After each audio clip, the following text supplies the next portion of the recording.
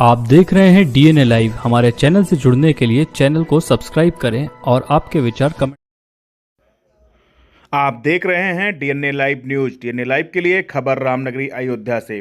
रामनगरी के प्रसिद्ध पीठ श्री हनुमान बाग में 9 दिवसीय श्री राम सीताराम साम्राज्य राज्याभिषेक समारोह का भव्य शुभारंभ कल रविवार से होगा।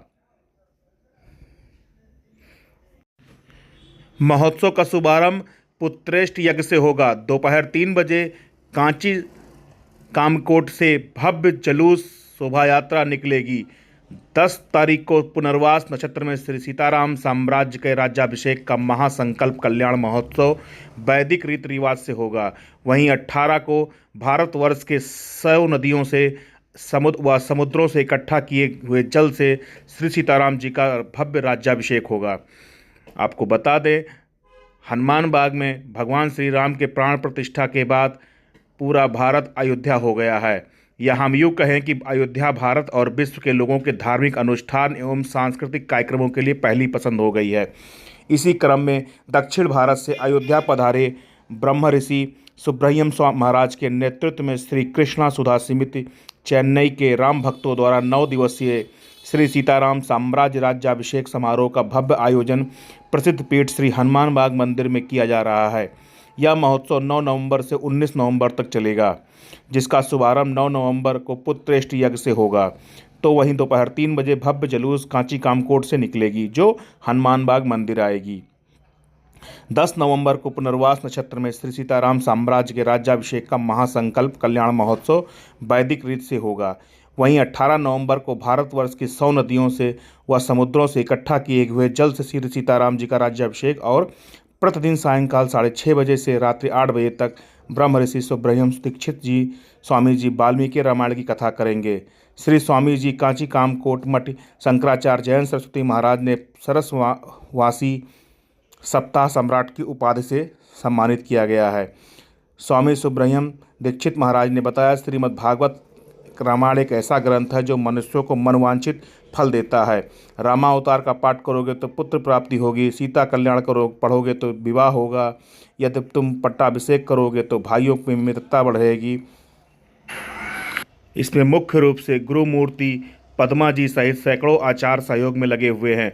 महोत्सव की अध्यक्षता हनुमान बाग के पीठाधीश्वर महंत जगदीश दास महाराज करेंगे, तो वह देख रेख सुनील दास, रोहित शास्त्री और नीतीश शास्त्री करेंगे। देखिए महोत्सव को लेकर क्या कुछ कहा आचार्यों ने। नमस्कार, जय Shri Ram. We welcome you all on this sacred occasion. Here, Shri Sita Ram Samrajya Pattabhishek Mahotsav has been organized by Shri Krishna Sudha Samiti, Chennai. Krishna Sudha Samiti, Subramanya Dikshit. He belongs to the famous Sengalipuram. Sengalipuram. அவதாரம் பண்ணியிருக்கார். என்ன சொல்ல போனா தர்மம் புண்ணியம் இந்த சப்தங்கள் பாரத தேசத்துக்கு மட்டுமே சொந்தமானது. மீதி எந்த நாட்டுக்கும் தர்மம் புண்ணியம்ங்கிற சப்தமே கிடையாது.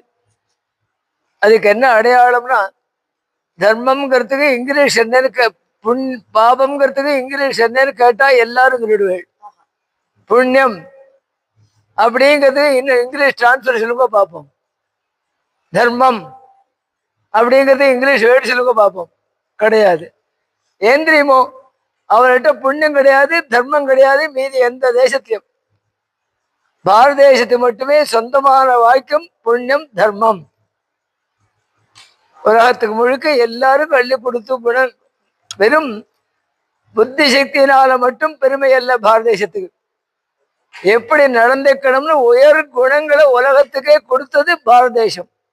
நடந்துக்க வேண்டிய சரித்திரங்கள் भगवान राम के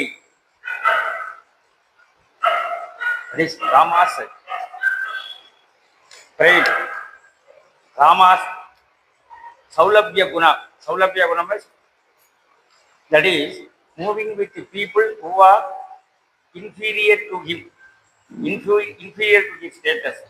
Even to these people he has shown concern because he has followed meticulously the path of Dharma, that Sanatana Dharma. Why Ramayana is being read or listened to till this date means because of that Dharma, that is a Dharma, because of his Anushtanam of the Dharma, that is Dharma Anushtan. That means he is following the Dharma what has been told in the scripture, Vedas. And even though he was Chakravarti's son, he has shown equal mercy to all the creatures, not only man, woman, but also Rakshasa, as well as monkeys, and also, this Jatayu, like that.